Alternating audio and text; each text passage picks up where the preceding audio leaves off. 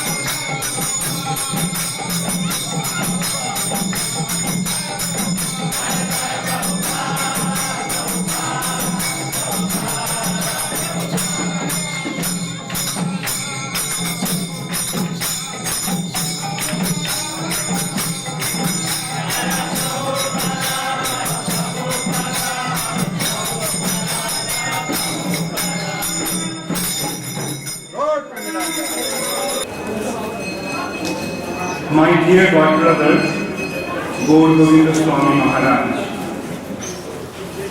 please accept my most humble obeisances at your lotus feet. All glories to our beloved spiritual master, Srila Prabhupada, and to Sri Chaitanya Mahaprabhu. My heart is breaking at the news of your sudden departure from this world.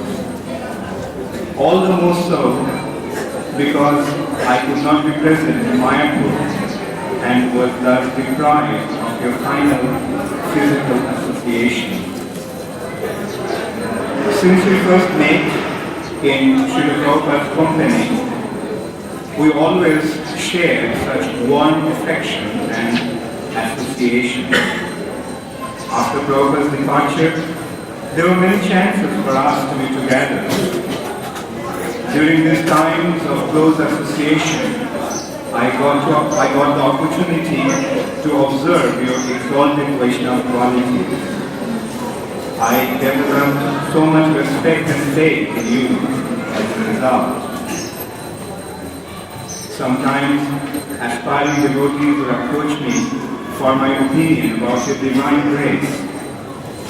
I would always recommend them to take complete shelter of you, knowing that they could not be in better hands. I have always been convinced that you are intimately connected with Srila Prabhupada, Sri Chaitanya Mahaprabhu, and Sri Krishna.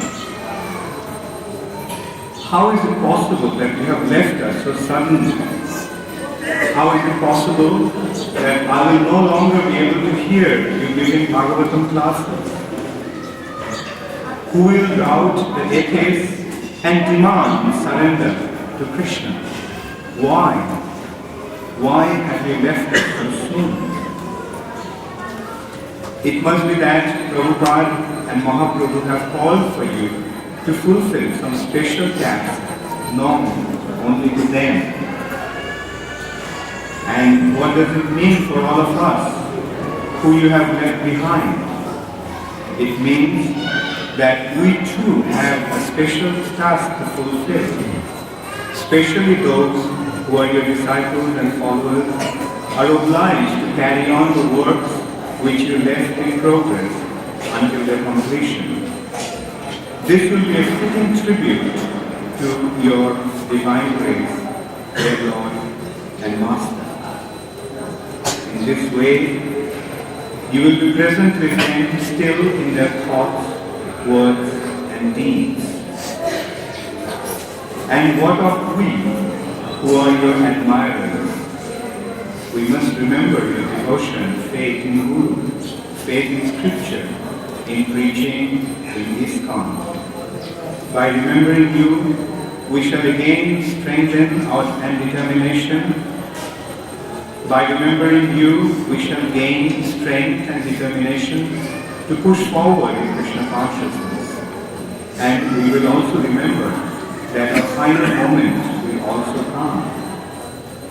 May it be as glorious as yours has been. Speaking of Krishna Lila amongst the devotees in the holy town, His Divine Grace, Gour Govinda Goswami Maharaja ki. His Divine Grace, Gour Govinda Goswami Maharaja ki. His Divine Grace, Gour Govinda Goswami Maharaja ki. Tamal Krishna Goswami.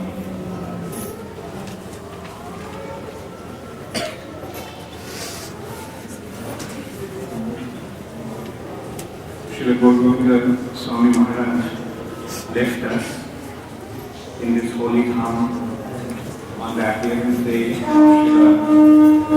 Bhaktisiddhanta Saraswati Thakur.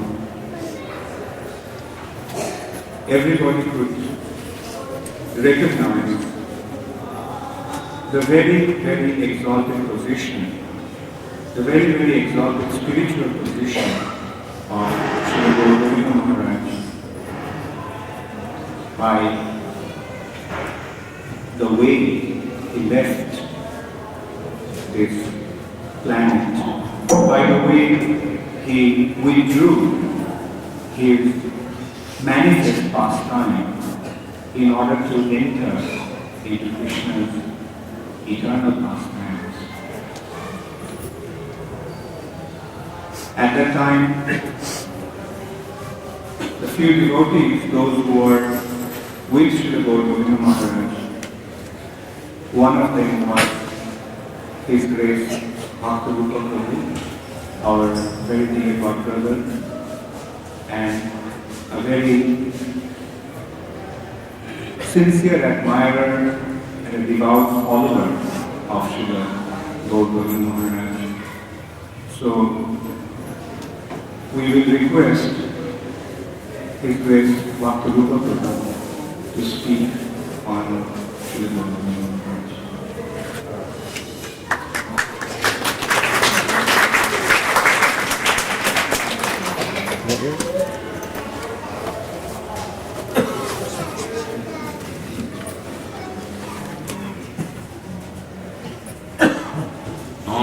ज्ञानतिमिरन्दस्य ज्ञानञ्जनशलाकया चक्षुरुन्मिलितं येन तस्मै श्रीगुरवे नमः। नमो विष्णुपादाय कृष्णप्रेष्ठाय भूतले श्रीमते गौरगोविन्द स्वामिनिति नामिने। नमो विष्णुपादाय कृष्णप्रेष्ठाय भूतले श्रीमते भक्तिवेदान्त स्वामिनिति नामिने। नमस्ते सरस्वती देवे गौरवाणी प्रचारिणे निर्विशेष शून्यवादी पाश्चात्यदेशतारिणे।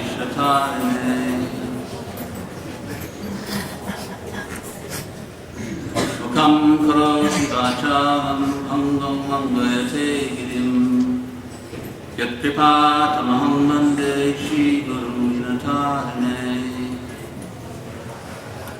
वाञ्छाकल्पतरुभ्यश्च कृपासिन्धुभ्यैव च पतितानां पावनेभ्यो वैष्णवेभ्यो नमो नमः।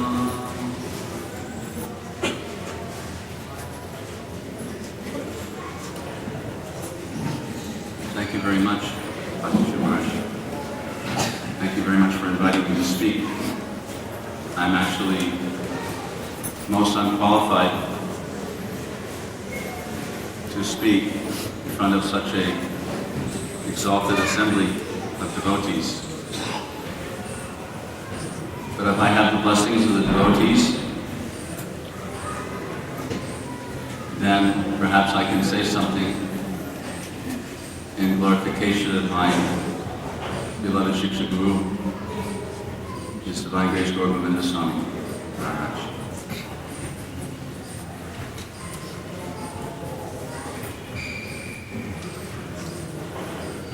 On Friday afternoon,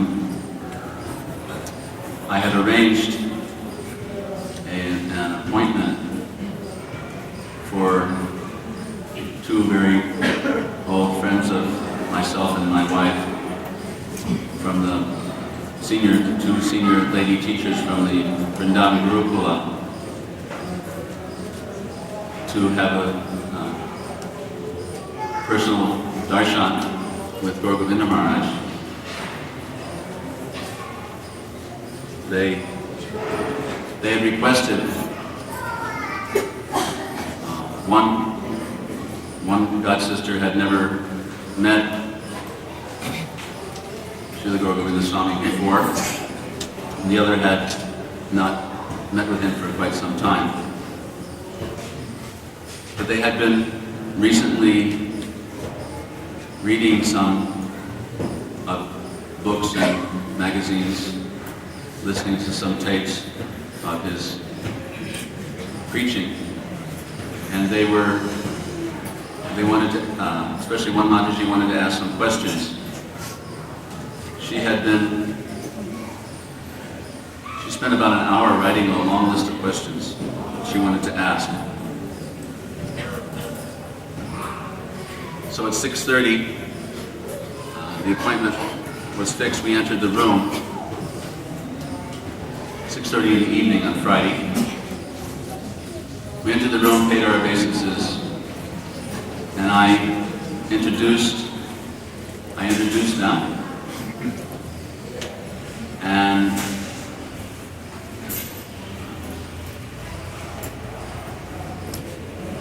they talked a little bit about, they invited him to come to Vrindavan.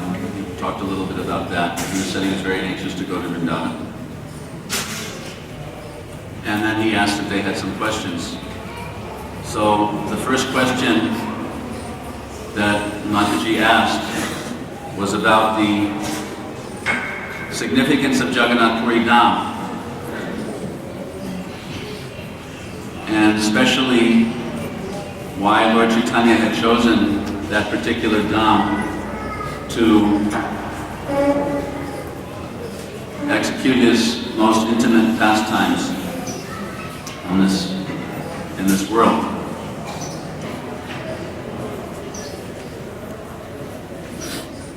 So, Srila Gour Govinda Goswami Maharaja was always very enthusiastic to preach Krishna Katha, and especially he was enthusiastic to talk about Lord Jagannath and Jagannath Puri Dham. So he started to relate some pastimes. At first he told a story about that most of us have heard before, about how the queens in Dwarka were wondering why Krishna in the middle of the night is chanting the name of Radharani in his sleep.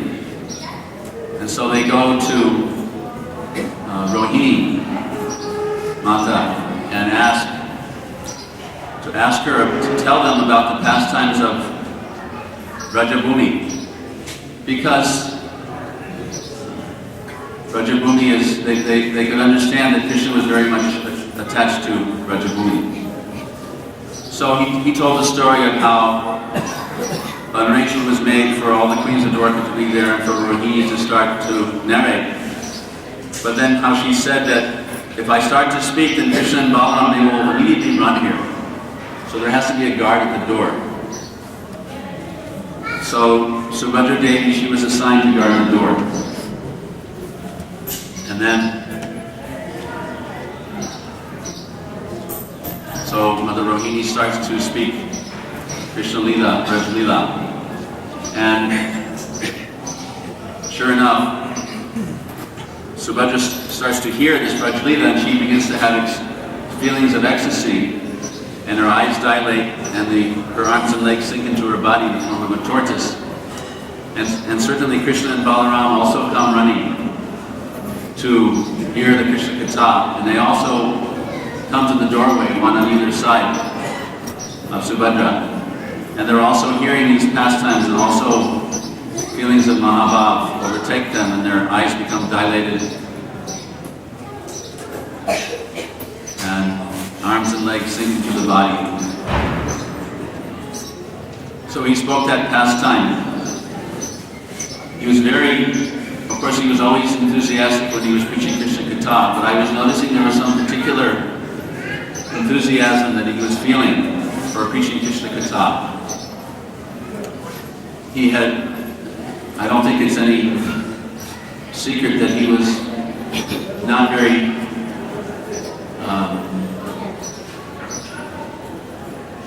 he was always wanting to speak Krishna Katha, and he was not very much fond of meetings. He'd much rather be preaching. But he would, as a sense of duty, he would participate in meetings. But he was always thinking about the opportunity to preach Krishna Katha. So after several days of meetings, he was like, this was his first opportunity to speak of Krishna's glories. So he was very, very enthusiastic for this preaching. After telling this first story, he called for his servant to bring his notebooks from his suitcase.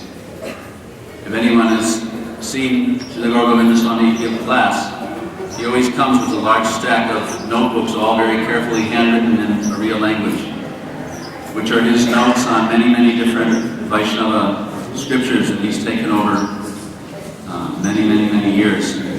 And he has 4 or 5 stacks of them, each containing about 10 notebooks.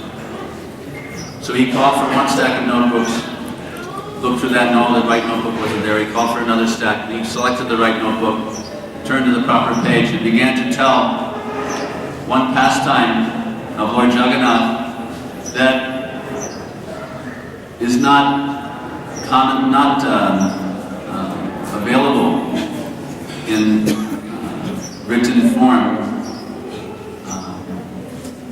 very much. It's a rare book. It's Baladev Vidyabhushan's commentary on the Brihad Bhagavatamrita. And he began to relate the story of how one day Krishna's in Dwarka and he's feeling very, very intense separation from Srimati Radharani, and he faints away completely unconscious on the ground. And the queens, the residents of Dwarka, they make all attempts to try to revive him, but to no avail. And just at that moment, Narada Muni appears on the scene, and they ask, "Oh, Narada Muni, please tell us, how can we revive Krishna? We're very worried about him. He's unconscious here on the ground." And Narada Muni says, "I know a way. I can understand that he is feeling separation from Srimati Radharani and from Brajabhumi. And if I speak some Braj Leela, playing on my veena, then certainly he will come back to consciousness." So everyone says, "Yes, this is a very good idea. Please immediately do this." Uddhava also was present at this time, as well as Balaram. But then Narada Muni says, "But I have one doubt. If I start to play on my veena and narrate this Braj Leela, and Krishna comes back to consciousness, immediately he will run to Vrindavan. He will think he's in Vrindavan, and immediately he will run. So we must have his chariot ready for him."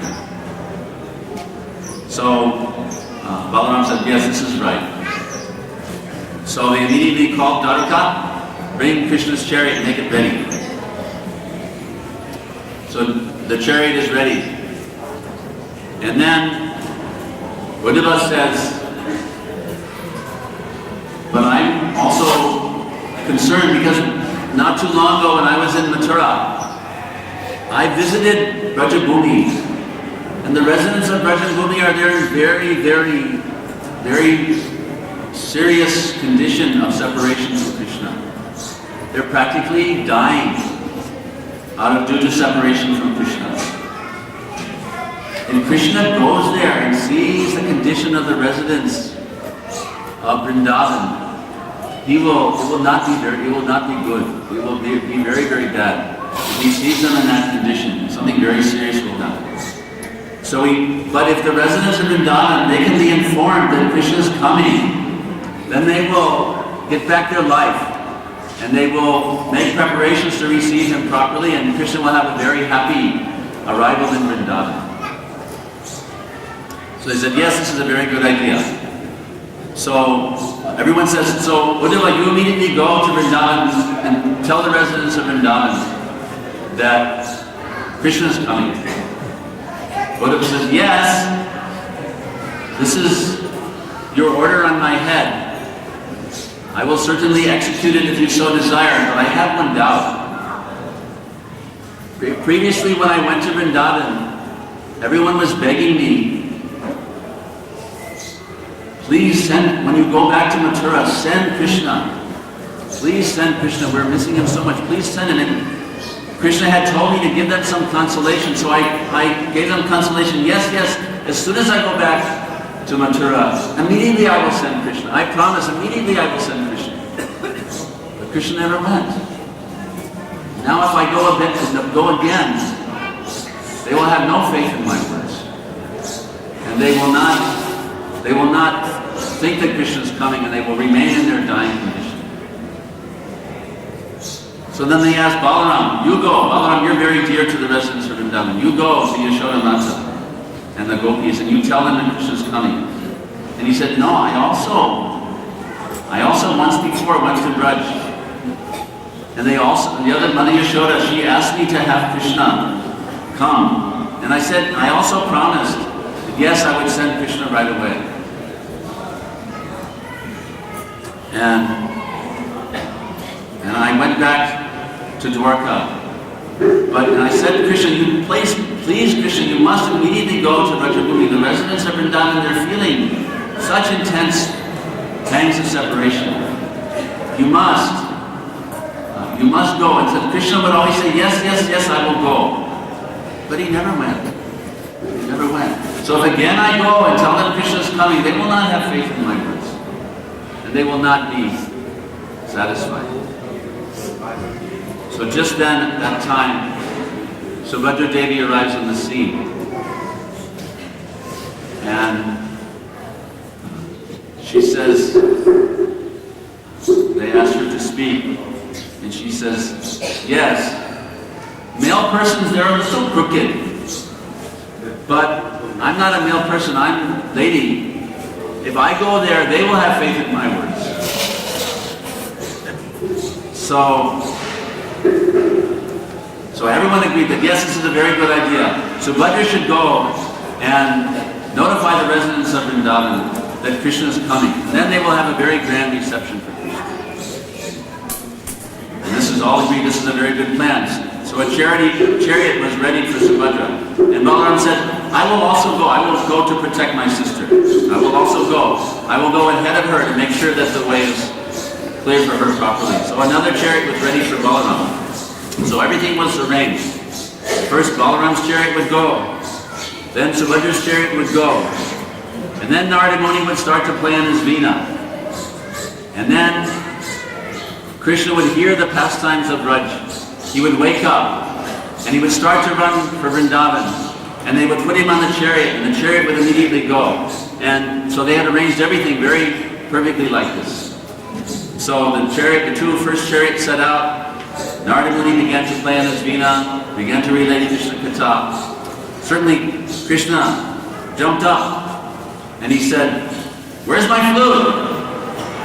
Because he was feeling that he was in Vrindavan. He says, where are those gopis? They've stolen my flute.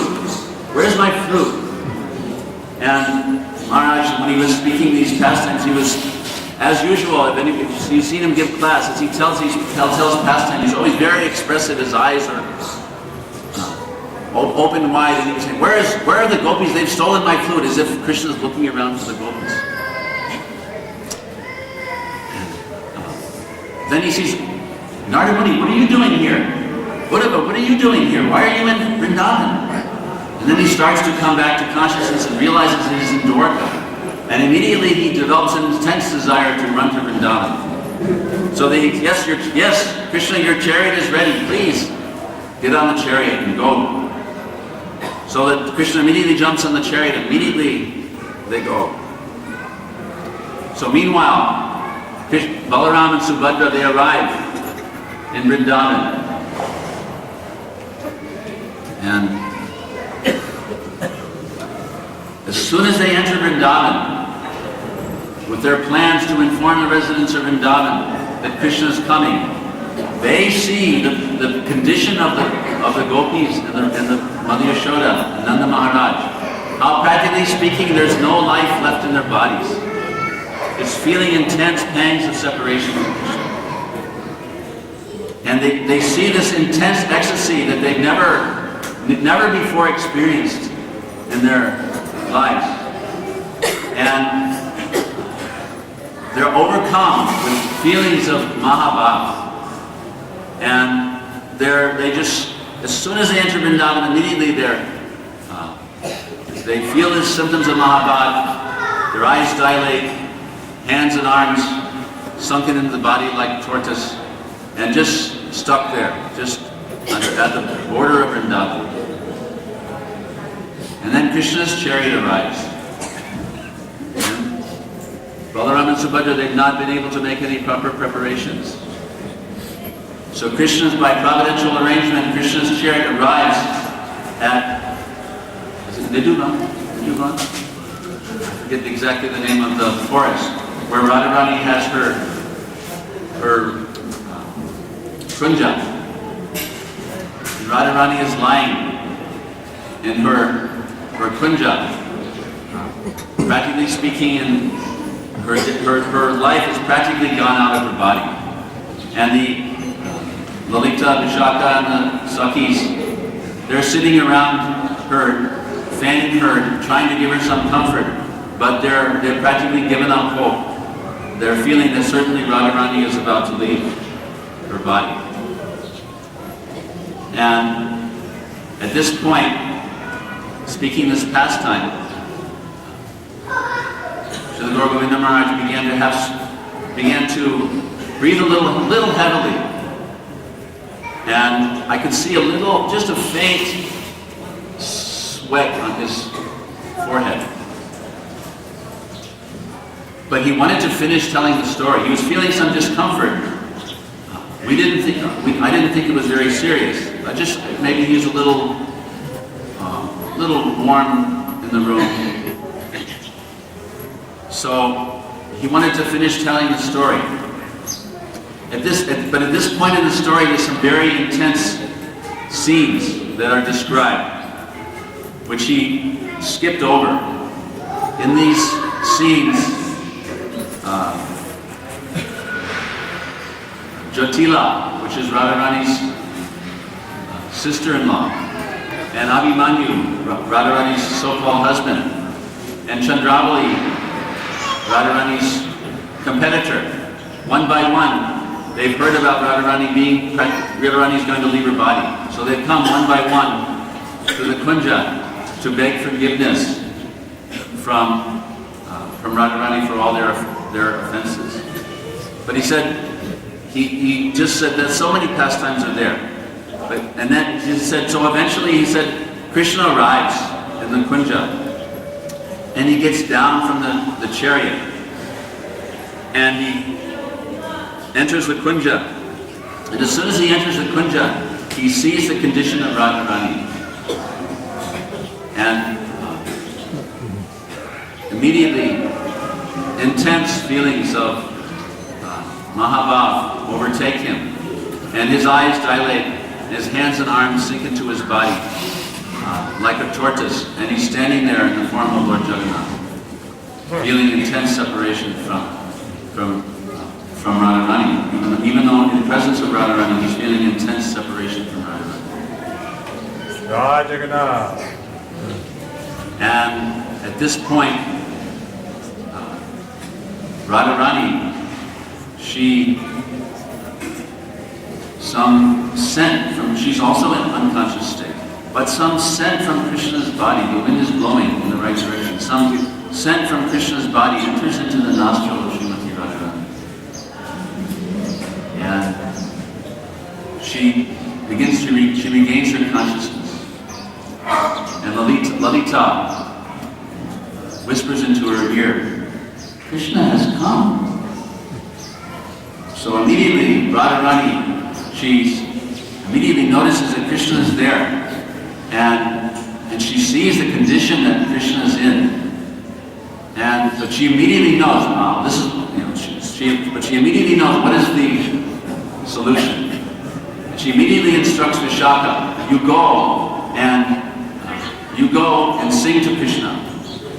So Vishaka goes over to Krishna and immediately begins to sing the name of Radharani into Krishna's ear. So immediately Krishna gets back Shyama-sundar form.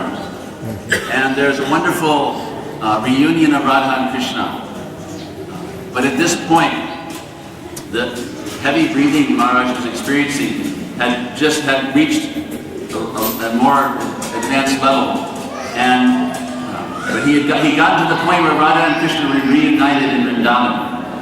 And at this point he said, well, even though there's a little more to tell of the story, he said, I cannot speak anymore. You please forgive me. And he offered pranams. And the three of us, we paid our obeisances and walked out of the room.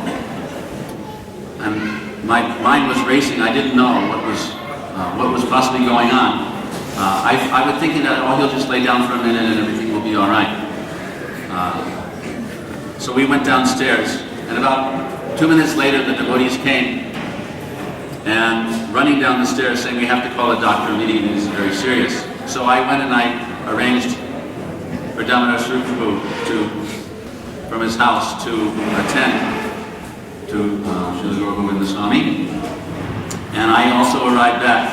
At this time, it was about 7:30. And there was a very ecstatic kirtan going on in the room. All the devotees were chanting in unison the Hare Krishna mantra, the same tune as was sung in Vrindavan at the passing away of Srila Prabhupada. And mostly it was disciples there, but immediately many senior devotees began to, immediately the room was filled up with so many devotees chanting Hare Krishna. And Damodar Swarup reported that there was still some pulse, still some breathing, but very, very faint. And then by somewhere between, I didn't look at my watch, somewhere between 7:30 and maybe 8:15 at the latest. Maybe the other devotees remember a little more. Then there was, the pulse had stopped completely. So this was indeed a very glorious departure of a elevated Vaishnava to his life. Gour Govinda Swami's life was preaching Krishna Katha. Srila Prabhupada had given him some specific instructions to do, and he followed those instructions to the best of his ability, and he wouldn't accept any other service. He wouldn't accept any other service other than those instructions until he would say, I have not completed my assigned duty from my spiritual master. I cannot accept any other duty. He had three instructions which he received from Srila Prabhupada. One instruction was to translate all of Srila Prabhupada's books into a real language. The second instruction was to develop the Bhuvaneshwar project. And the third instruction was to preach all over the world. So he was trying to the best of his ability to fulfill these three instructions. He had taken a vow to translate a certain quota of Bhagavatam pages every day. And he would not take prasadam until he had completed that quota. And this vow he kept very, very rigidly. Even when he was under the most intense traveling schedules, he would arrive in a new place after having been flying all night without any sleep, and immediately he would arrive in the place, he would bathe, and he would sit down and he would do his quota of translation. And he struggled for many, many years to develop the Bhuvaneshwar project. The devotees that knew him from the mid-70s and early 80s, they were with him in Bhuvaneshwar, told him that would describe how he was living alone.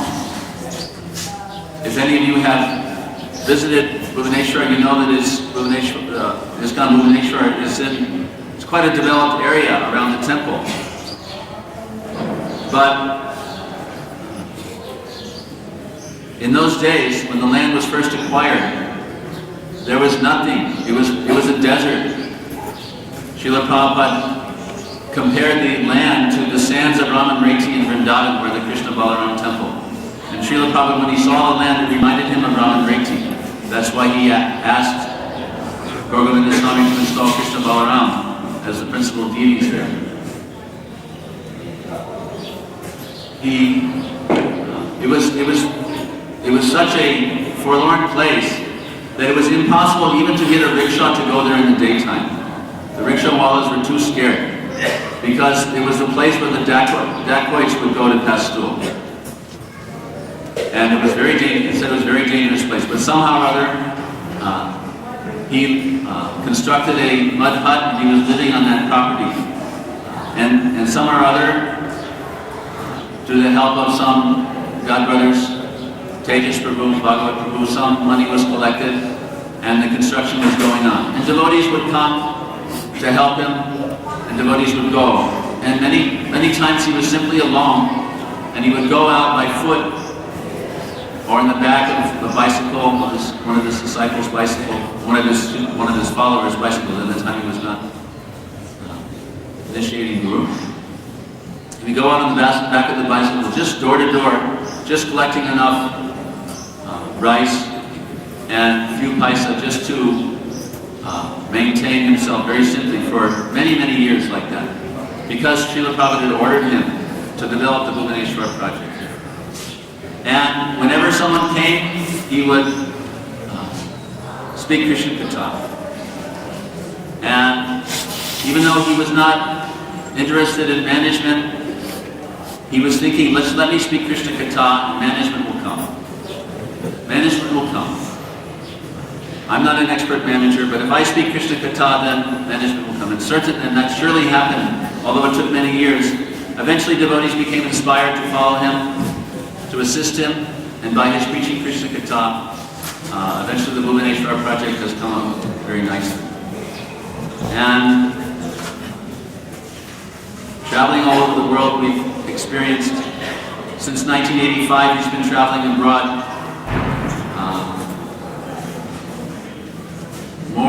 He would travel about 8 months out of the year he would be traveling in different countries of the world. 2 months of the year he would be doing padayatra from village to village in Orissa. And then 2 months of the year he would stay in Bhuvaneshwar. So this was his schedule for the last several years. So he was simply dedicated to fulfilling the order of Srila Prabhupada. And Srila Prabhupada, it was very, very clear that Srila Prabhupada bestowed his blessings upon Gour Govinda Goswami. So, I know it's not so much time, but perhaps other devotees would like to add some words. Srila Gour Govinda Goswami Maharaja ki jai. Srila Gour Govinda Goswami Vaishnava Thakur ki jai. Srila Gour Govinda Goswami Jadabharata ki Maha Mantra ki jai.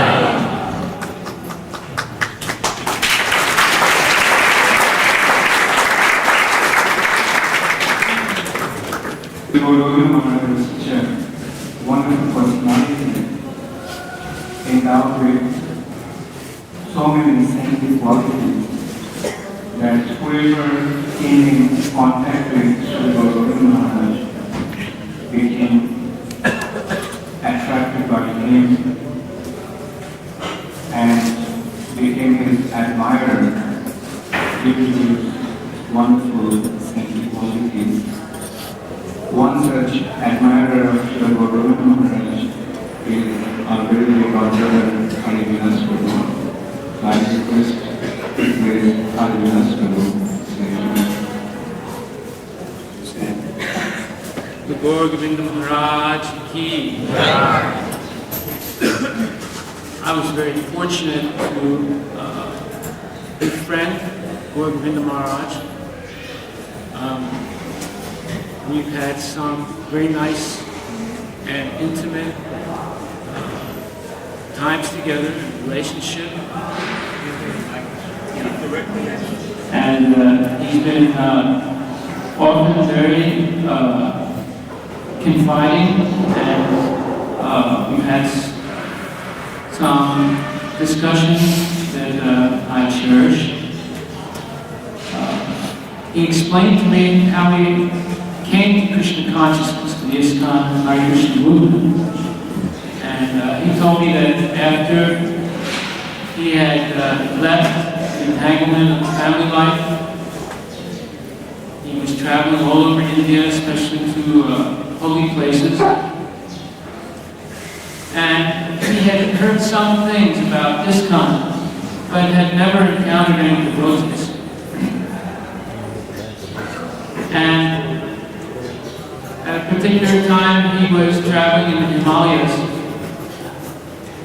visiting different holy places, meeting exalted personalities, but never feeling quite satisfied that he should surrender to someone. So he came down from the Himalayas and decided to go to Vrindavan. When he arrived in Vrindavan, he began to see a wonderful phenomenon that intrigued him very much.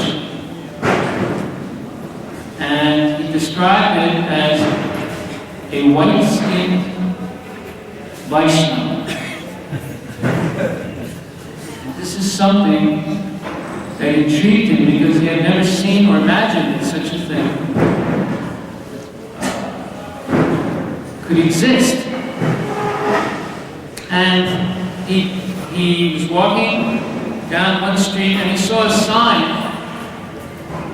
the International Society for Krishna Consciousness.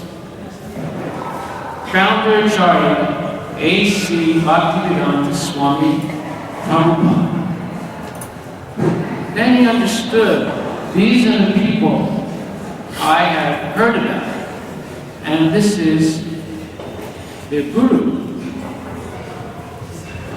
So he thought, let me go in and meet the guru.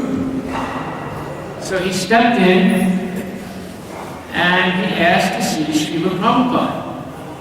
And that information was directed to Srila Prabhupada's secretaries. And they communicated to Prabhupada that once Sadhu was here, he wants to see Srila Prabhupada. Prabhupada said, let him come in. So immediately, he was brought in and sat down, and he had a conversation with Srila Prabhupada, in which Srila Prabhupada said, you stay here and translate my books. I'm looking for a translator in Hindi. And Maharaj explained to him that, Gour Govinda Maharaj explained to him that I don't know Hindi very well. Prabhupada said, that's all right, you just try. That's all right, what? You just try. And in this way, Prabhupada immediately engaged in service. And Gour Govinda Maharaj told me that he was very impressed with Srila Prabhupada, how he could immediately engage him and seize his service for Krishna. So many things happened after that. Maharaj tried his best translating to Hindi. And later on, some opportunity came for land in Orissa. And Prabhupada heard about it, and he decided to go there to see it with Gour Govinda Maharaj. When they got there, it was, as Bhakti Prabhu described, a desolate place. And there was just one mud hut. Prabhupada asked that the minimum requirement is there must be one light bulb that works. Then I can do my translation. So that arrangement was made. That was already difficult, but that arrangement was made. And Prabhupada stayed there, if I'm not mistaken, for about 10 days to 2 weeks. 17 days. And during that time, the main theme of the devotees' discussions was, Srila Prabhupada, why are we here? Why would anyone want to build a temple here? Or take this land? Let's not take this land, there's nothing here. Let's go somewhere else, anywhere else. So at that time, Gour Govinda Maharaj explained to me that Prabhupada had a private discussion with him after there was sort of a heavy insistence that let's leave this place. Prabhupada goes somewhere else. He called Gour Govinda into the room. They were sitting there together, and he said, they do not want this place for me. But I want this place. And you stay here and make the temple. He said, one day, this will be one of the most important temples in ISKCON. Srila Prabhupada ki Srila Gour Govinda Maharaja ki That instruction penetrated his heart very deeply.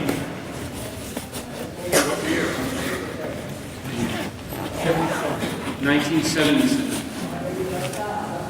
That instruction penetrated his heart. Yasya Prashada Bhagavat Prashad. Yasya Prashad Latakti. This is why I admire Gour Govinda Maharaj. I have great respect for him, affection, because he exemplified the most important point in spirituality. To accept the order of the spiritual master as your enlightened soul.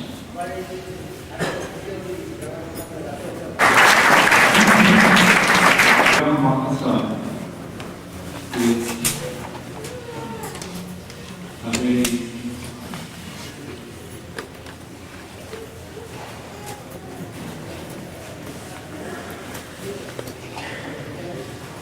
painful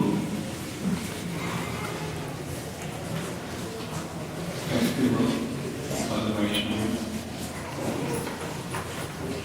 It takes one very deep within himself, appreciating the qualities of the great personality who left this world.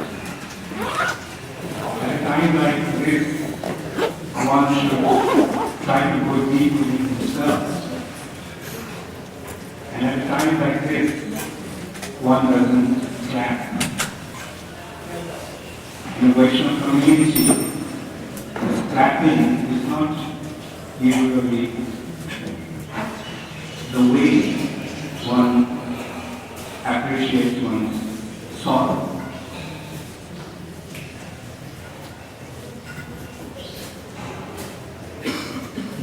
Srila Gour Govinda Maharaj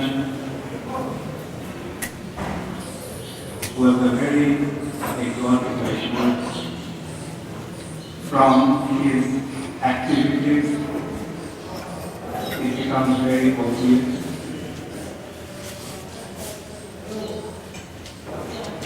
Srila Gour Govinda Maharaj, whatever little I heard of him, and seen him, commands a great respect for his very exalted spiritual position. I was told when Gour Govinda Maharaj was about 45 years old, he felt that this human form of life is very rare and it's not meant to be wasted. He had just meeting the demands of the body. At that time he was in household life. He had 7 children. The youngest daughter was only 2 years old. And he just left home. All of a sudden he just left home without doing anything to anyone. In search of the Guru. And he met many Gurus in India. traveling to different holy places where one naturally comes across many saintly personalities. But he was not impressed by any one of them. He did not feel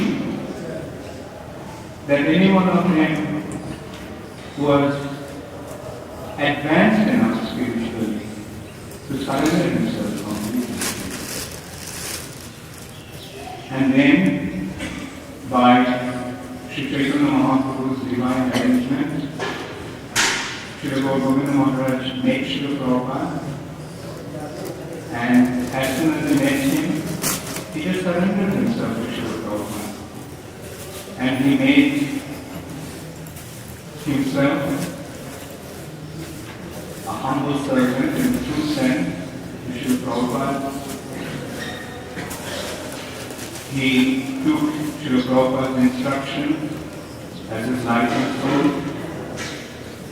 and he offered himself completely to fulfill those instructions of Srila Prabhupada. As many of you know, and as Vilas Prabhupada and Vasu Prabhupada just mentioned, when Gour Govinda Maharaj went to Bhubaneswar, the place that they got, there was nothing. It was just a barren stretch of land. There was no habitation. Only there was a small village nearby. Not so nearby. But because Srila Prabhupada wanted that temple to come up there, Gour Govinda Maharaj just stationed himself alone without any help or without any support from anyone in Odisha. The first person who came forward to help Gour Govinda Maharaj was a young college student. His name was Shruti, who later became an initiated disciple of Gour Govinda Maharaj. Now his name is Sachinanda Prabhu. He was studying in a college and he had a part-time job. And he used to ask Gour Govinda Maharaj, why are you here? You can be near people where those who have to listen to you, but in the middle of all this, why are you here? Gour Govinda Maharaj used to say, my spiritual master wants me to be here. That's why. And Gour Govinda Maharaj started to tell him to become more and more involved in Krishna consciousness. One day Gour Govinda Maharaj told him that you are earning some money, so you must give a part of your income to Krishna. So Sachinanda Prabhu very obediently accepted that instruction, which amounted to just a few rupees, and he gave it to Gour Govinda Maharaj. And Gour Govinda Maharaj told him, take the money, go to a printing press, and print out the pamphlet with the holy name and the mission of the International Society for Krishna Consciousness. When that pamphlet was printed, Gour Govinda Maharaj said, let's go and distribute this pamphlet. And Bhubaneswar town was about 15-20 kilometers away from the place where Gour Govinda Maharaj was staying. And Shruti had a side bicycle. He used to carry Gour Govinda Maharaj every day in the afternoon. And together they used to distribute the pamphlets and preach Krishna consciousness. Sometimes some people used to invite them to come to their house, and Gour Govinda Maharaj used to address a small group of people in the house, telling them about the glories of Srila Prabhupada and the importance of Krishna consciousness.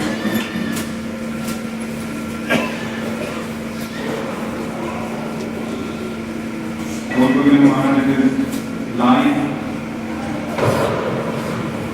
was extremely exemplary. It is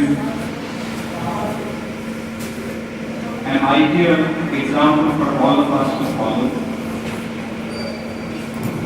Gour Govinda Maharaj took the instructions of Srila Prabhupada as his life and soul and worked with all sincerity to fulfill that instruction, and as a result of that, a vast and a beautiful temple has manifested now in that place which was desert at one time. And not only that, fulfilling Srila Prabhupada's instruction or fulfilling Srila Prabhupada's prediction, our township is developing in that area. Bhubaneswar city is actually shifting in that area. Now that place is surrounded by many high-rises, 6-7-story buildings, and our temple has become the center of attraction or one of the landmarks of Bhubaneswar. Many important people of Orissa are attracted to our movement, and they are giving us active support. But although a beautiful temple has come up in Bhubaneswar, the Gour Govinda Maharaj is still living in a small little hut that was built at the beginning. He did not change his lifestyle by any means. And that small little hut is a sacred place, the most sacred place to Gour Govinda Maharaj, because our beloved spiritual master, His Divine Grace Jadabharata, lived in that hut. Gour Govinda Maharaj considered that to be the temple, the most important temple, because Prabhupada lived there for 17 days.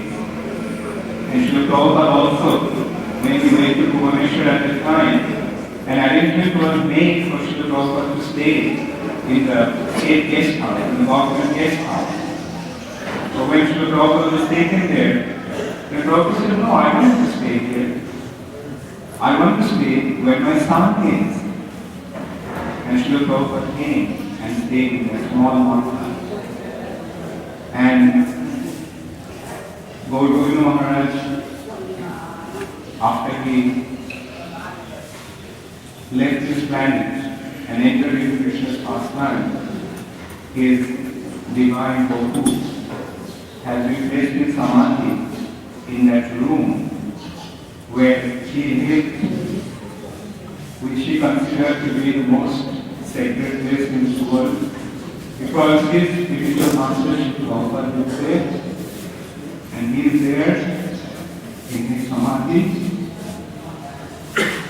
serving Srila Prabhupada eternally in his Nitya Leela with Radha Krishna.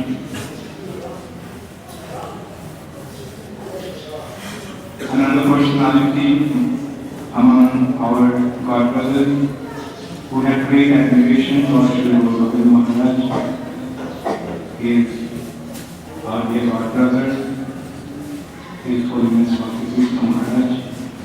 I will request Srila Krishna Maharaj to say a few words.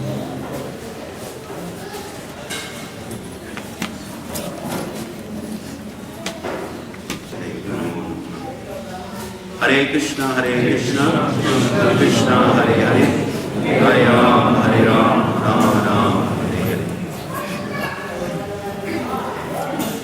We see it's very common amongst the materialists to engage in procrastination. Normally the materialists are always about to do something important, arranging for something that's important. And of course, it's all based on sense gratification, temporary pleasures. A significant aspect of sadhu sangha is that we take every minute, every day, every opportunity as a chance to glorify Krishna and Krishna's devotees. Because we take every moment, every situation as Krishna's. The materialists of these, because they claim proprietorship of that is not theirs.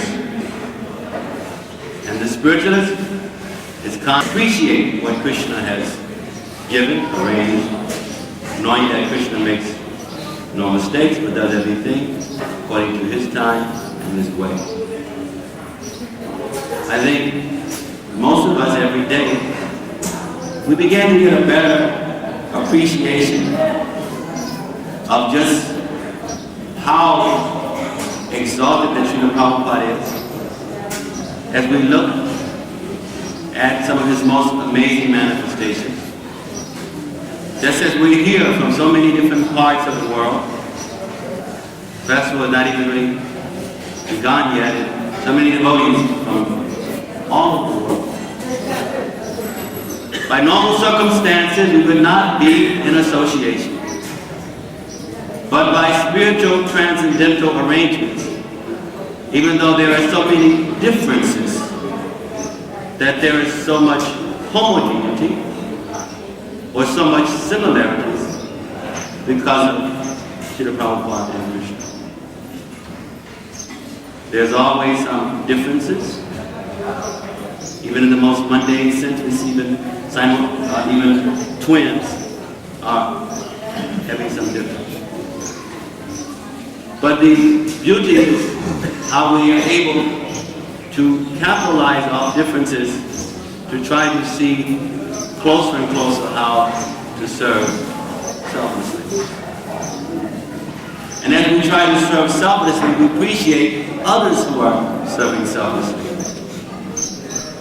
And as bhakti has an interesting effect, it is contagious. Bhakti breeds bhakti. So it's very wonderful as we have this chance to reflect on one of our senior godbrothers, servants of Srila Prabhupada. And as we try to give an ongoing glorification by trying to prepare ourselves to lead in such a glorious way. And as those who are disciples give an ongoing glorification as they live their lives in trying to carry out the orders of Guru. I was reflecting back on some years ago, Bhagavad, who had lived with him very extensively, was once explaining to me as he was experiencing some particular difficulties in his spiritual life. And he was being so inspired as he was reflecting back to his association with Sri Gour Govinda Maharaja. And as he was expressing this, I was appreciating so much the effect of such a rare sadhu on such another one of our senior godbrothers' consciousness. Because what we carry is what we share, and that is not something that can be faked so easily. Not always so easy to understand, but what we carry is what we have, is what we share. So he was explaining how, and it's not so confidential, at one point he was living with Sri Gour Govinda Maharaj, and there, I think for some period, like 2 or 3 months, at one point he was just in complete amazement at what he categorized as symptoms of ecstasy that Gour Govinda Maharaj was experiencing. Often we think of great souls, because every Vaishnava is very great, to come under the umbrella of Mahaprabhu. But sometimes we have a tendency to take our day-to-day associations for granted. And as we do, we cheat ourselves. Because if we take every day as Krishna's day, we learn as much from those who we agree with as well as those who we do not. We become more and more dedicated to our mission by studying those from all different aspects of spiritual orientation, as we dive into the nectar of devotion. So it's very glorious for us to speak something. But it's most important that we live our talk. It is very important, and I'm speaking to myself, it is very important that as a spiritual family.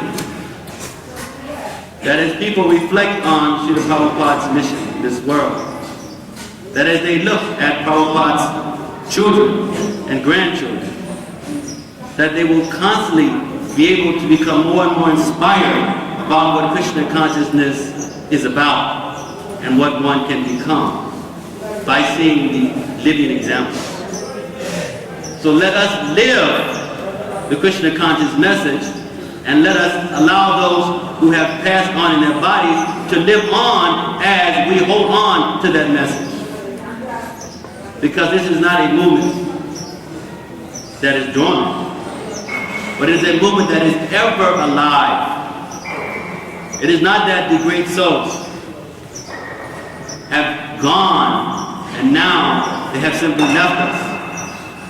But they have established various chapters, they have established various foundations, they have set the race in motion.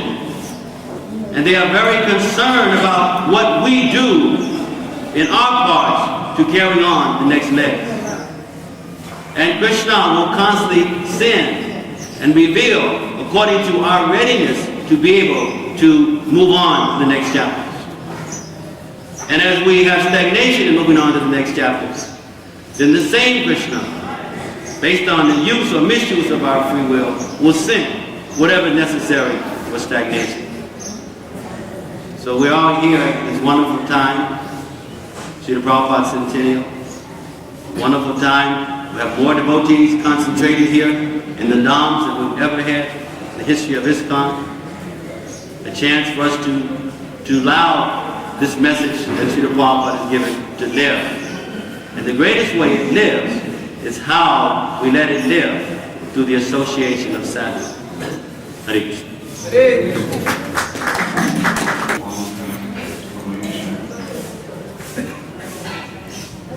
And one of those devotees, one of those members who were asked to go to donation is His Holiness Dasa Maharaj.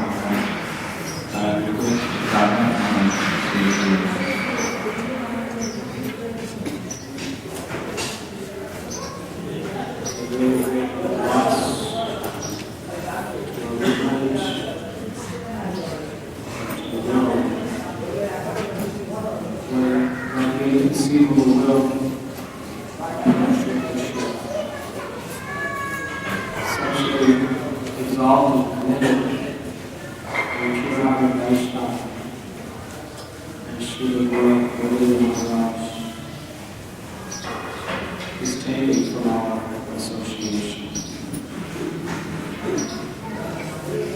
Gour Govinda Maharaja was born in the village of Orissa, and his family and the ancestors of his family were all very great devotees of Lord Govinda in the line of Sri Chaitanya Mahaprabhu. In fact, his forefathers were famous throughout Orissa for their beautiful performance of the kirtan for holy names of Sri Krishna. He was born and raised in the Vaishnava society, and when he was about 45 years old, he left his family, everything in search of a genuine spiritual master who would give him the supreme mercy of Sri Guru Govinda. He traveled throughout all of India, and alas, he came to Vrindavan. And it was there that by the mercy of Sri Gauranga, he had the blessed fortune of meeting his divine grace.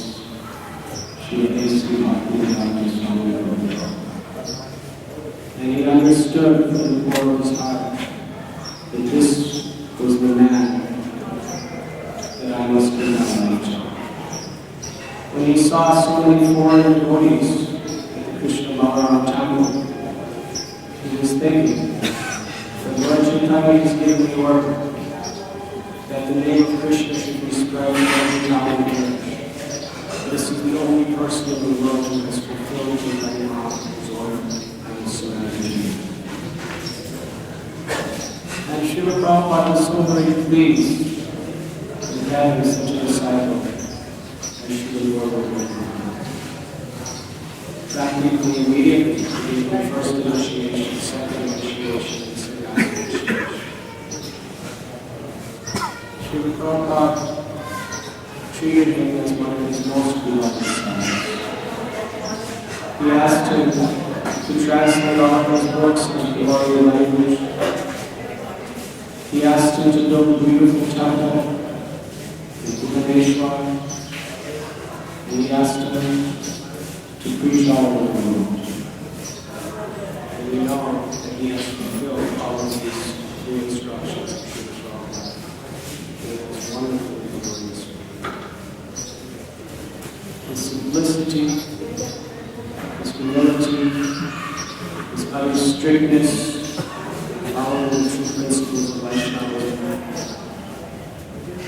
are a great light which has brought so much benefits to the entire Vaishnava society. Srila Gour Govinda Maharaja was and will forever be in our memories an example of devotee who we strive to follow the footsteps of. And on this auspicious day, we are so fortunate to offer our grateful obeisances of His lotus feet. At this time, His disciples all over the world are feeling the suffering of separation from the Divine Guru. And at this time, I pray that we can put all misunderstandings or whatever aside, and we truly reach out to encourage and inspire His followers. And the best way we can do that is to show our love and our respect for the Guru Maharaj, and our concern for their spiritual progress, and chanting our holy names and serving Srila. Hare Krishna. Srila Gour Govinda Maharaja. Srila Prabhupada. The long way and intimate connection with Gour Govinda Maharaja.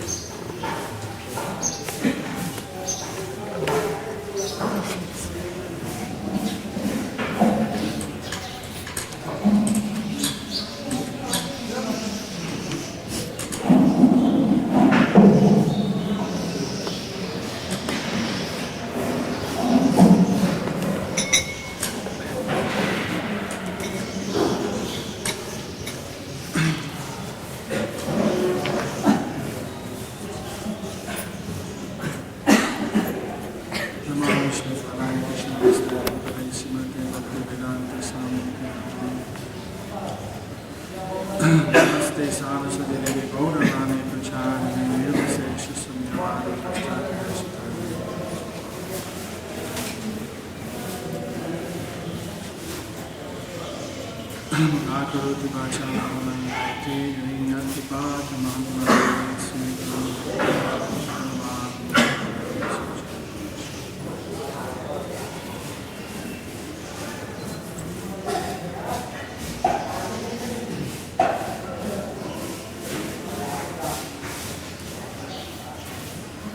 from 1971 until 19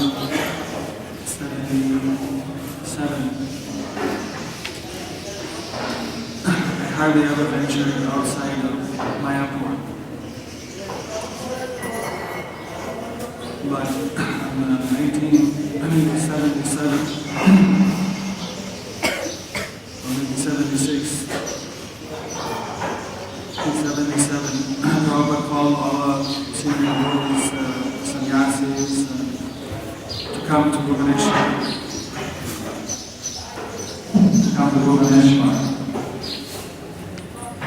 And there we were staying in tents, and Prabhupada was in the bhajan kuti. And that time we had the opportunity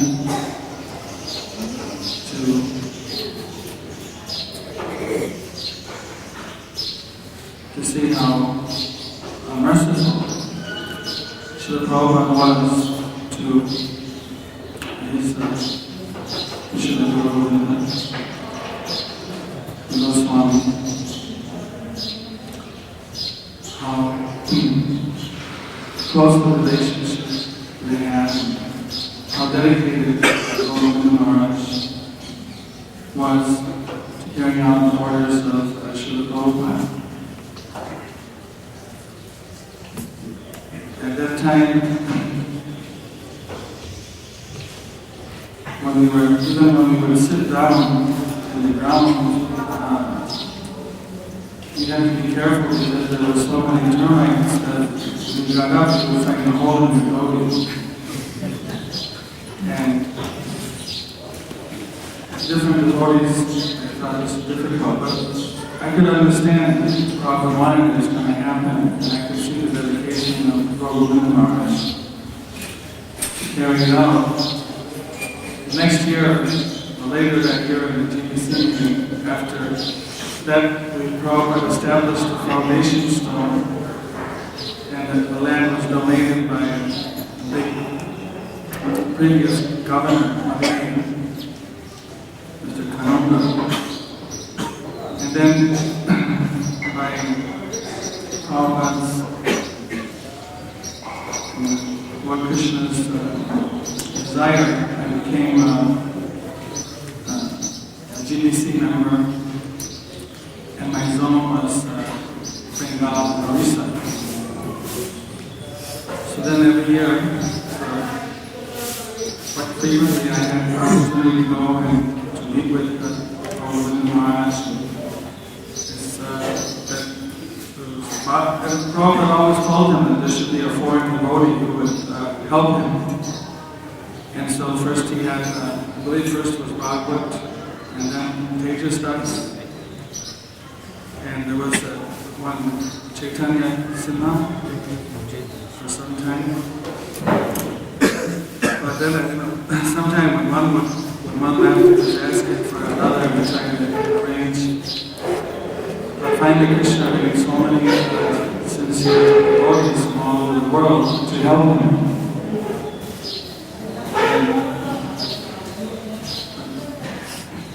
I did have this opportunity to be with him, meet with him several times every year, although it would always be short visits. But people don't know that they couldn't get anywhere to write the Namhat program. So I went down to Bhubaneswar, and that was the best place to write. Prabhupada wrote there, Govinda Maharaj was writing there, and I took some advice as well as inspiration, and I could be with him. And that's why I was able to conceive of the Namhat, how it could be used, implemented at ISKCON. And Gour Govinda Maharaj, he was so humble. When he constructed the guest house and the building, and he made a big room for the GBC, but he still stayed in the hut with the bhajan kuti, and even when he became the GBC, he also still stayed in the same bhajan kuti. He was always very simple, and whenever, apart from all this, whenever I came, he would always, as soon as he heard, he would always come out and call me in his room and come out. he would embrace. It's really kind of inconceivable that won't be able to sit with him anymore, won't be able to discuss with him any kind of philosophical issue that he wanted to get some understanding about, some reference from different scriptures. You could go to Gour Govinda Maharaja as a resource. I remember when I wanted to know how to do the 24-hour kirtan yajnas, he would give me a resource where it says in Lord Sri teachings about this process.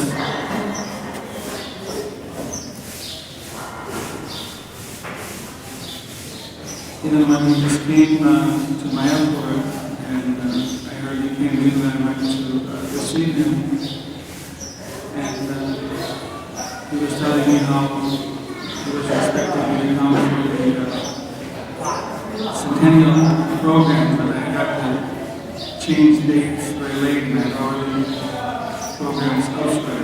So I was really wishing that I had been there. No one could ever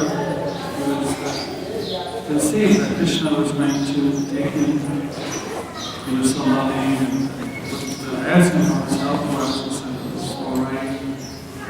Not so good, but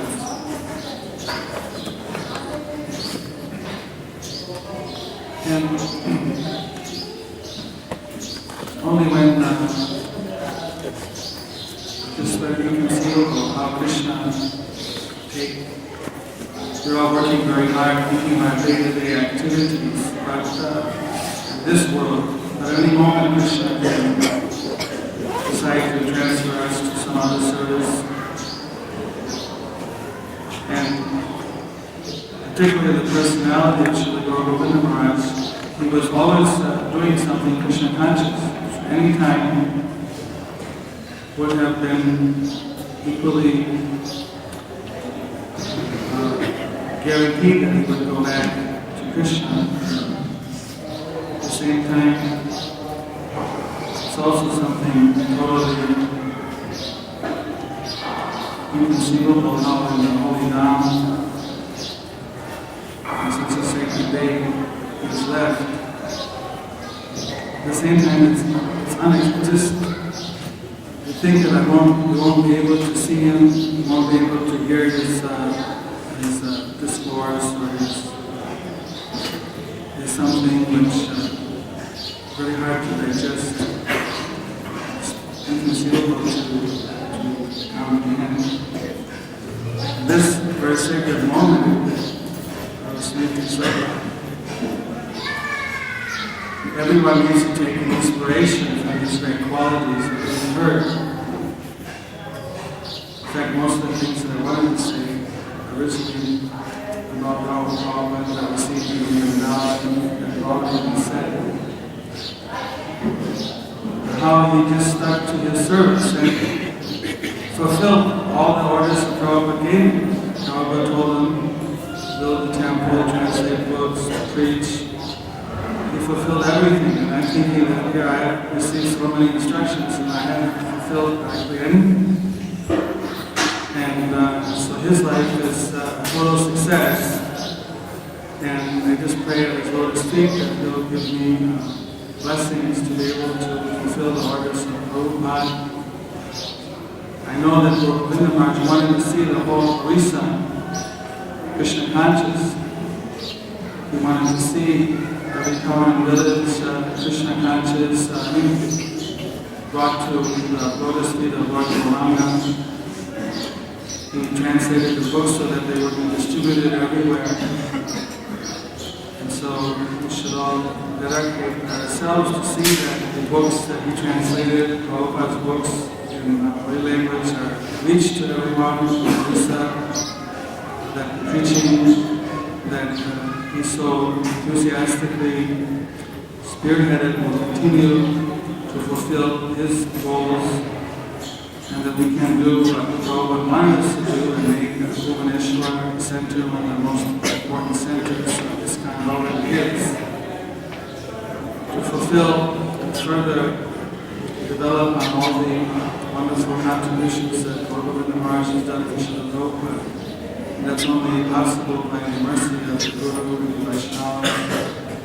So since Gour Govinda Maharaj, you were there with the Supreme Personality of Godhead, pray for your mercy to be able to continue on the great legacy that you have left us and follow in the footsteps of your service and carrying out all the instructions that Prabhupada gave you.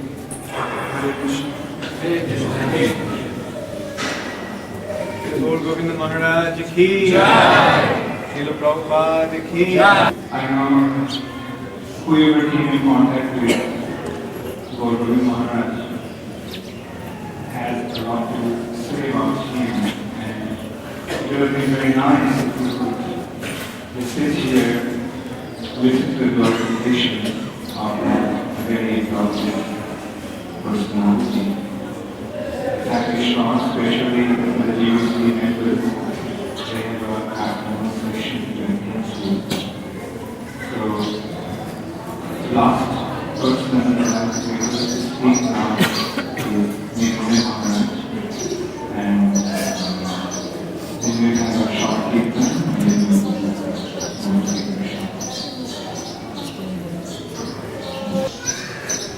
speak in one sense because I feel very unfortunate that I have very much personal association with Gour Govinda Maharaj. Therefore I cannot relate that many intimate descriptions of his activities based upon my personal association with him. As many other devotees have had so much opportunities to have that, and I have not. But I believe that I did have the very fortunate one time, about 2 years ago,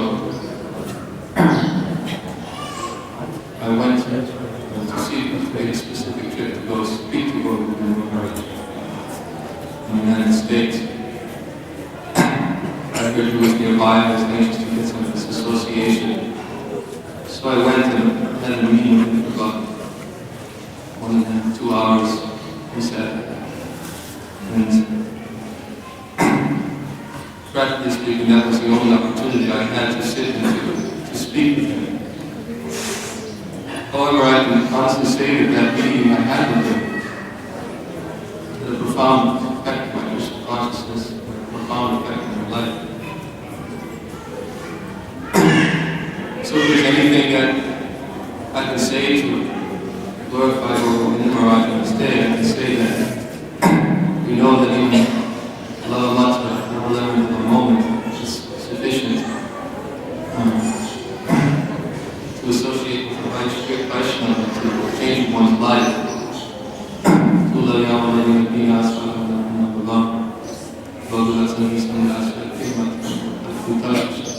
The value of a moment's association with the devotee of the Lord cannot be compared to the elevations of heavenly planets, liberation from matter, work and prosperity.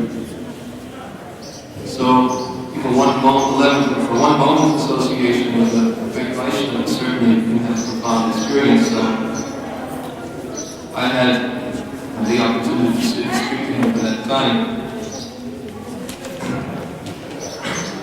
I have something that I have written 2 days ago, the day after Gour Govinda Maharaj's departure from this world, that I wrote to a godbrother of mine.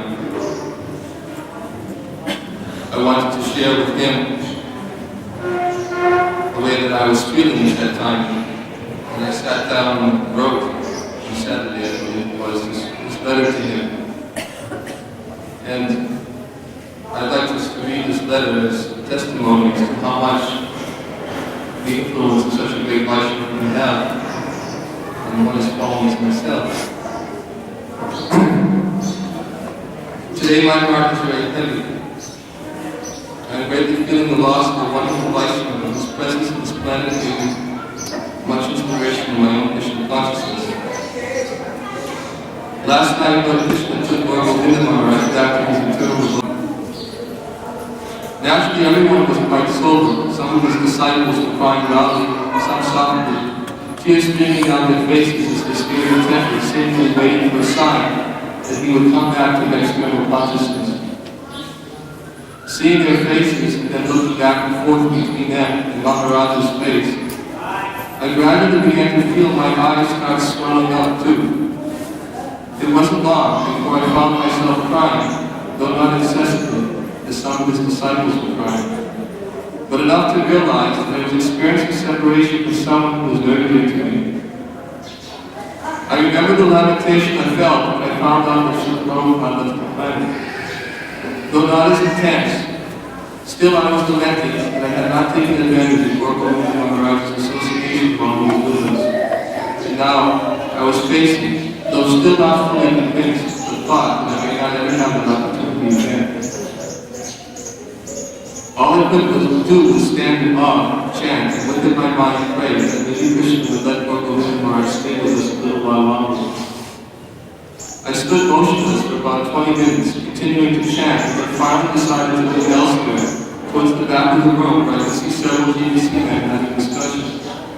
I walked over and saw that Govinda Maharaj was holding a pad of paper, on which there was a diagram which looked like an explanation of how to place Maharaj's body in samadhi.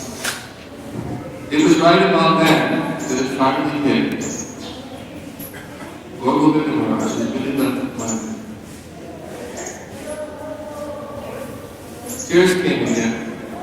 I wiped my face with my upper cloth and decided to speak up and ask someone what had happened. The first person who seemed available for questioning was Prabhupada, so I asked him if I knew of the events leading up to his departure. I also asked if anyone had actually confirmed that he had left. He told me that Gour Govinda Maharaj was having a meeting with someone. He was speaking about Lord Jagannath's freedom and water, and then all of a sudden he started having difficulty breathing. He said that he could not speak anymore. His voice was strained, and he was slightly choking. Then his disciple ran over to help him. Externally it seemed as though he was having a heart attack. I was then told many devotees would call and began chanting. But then Maharaj quickly looked to either side and looked straight ahead. His stare became distant, and he just effortlessly opened his mouth and farted. The doctor came shortly thereafter and pulled out his stethoscope and took his pulse to confirm that Govinda Maharaj had left. Many of his disciples were having difficulties accepting that he had gone, and therefore they were continuing with kirtan, massage, and holding the picture. And when any suggestion was made to make his body unpunished, they were resistant to the idea. However, a few of his disciples had more of a grasp of the situation and were consulting with the leaders who were present, and were dealing with the practical details related to taking Maharaj's body unpunished. They were also discussing with his body should be placed in samadhi, Bhuvaneshwar, or Mantra. By this time, I began deliberating on the significance of Gour Govinda Maharaj's departure. It was the appearance day of Srila Bhaktisiddhanta Saraswati Thakur, the year of Srila Prabhupada's Centennial. He left his body in Mayapur dawn. Present were so many devotees, both godmothers and disciples, loudly chanting the holy names. He was speaking about Lord Jagannath just minutes before his departure. How could there be a more auspicious departure from this world? So many more things could be said about this, and I have no doubt will be said in the course of time. But there is no trace of doubt in my mind that Gour Govinda Maharaj entered into Lord Krishna's eternal leela last night. This world is now bearing the loss of a highly devoted soul and intimate associate with Lord Krishna. At approximately 11 p.m., Maharaj's disciples finished preparing his body for burial. No less than 150 devotees went in procession down the stairs into the courtyard and then down the long walk to Prabhupada's samadhi. Upon entering the samadhi mandir, the conch shell blew, the doors were opened, and then one of Maharaj's disciples led a very sweet kirtan. At the end of the kirtan, we all loudly chanted, Jai Gour Govinda Goswami Maharaja. Nobody seemed reserved to loudly chant out his name, even from amongst all the godmothers. To me, it all seemed quite natural and spontaneous.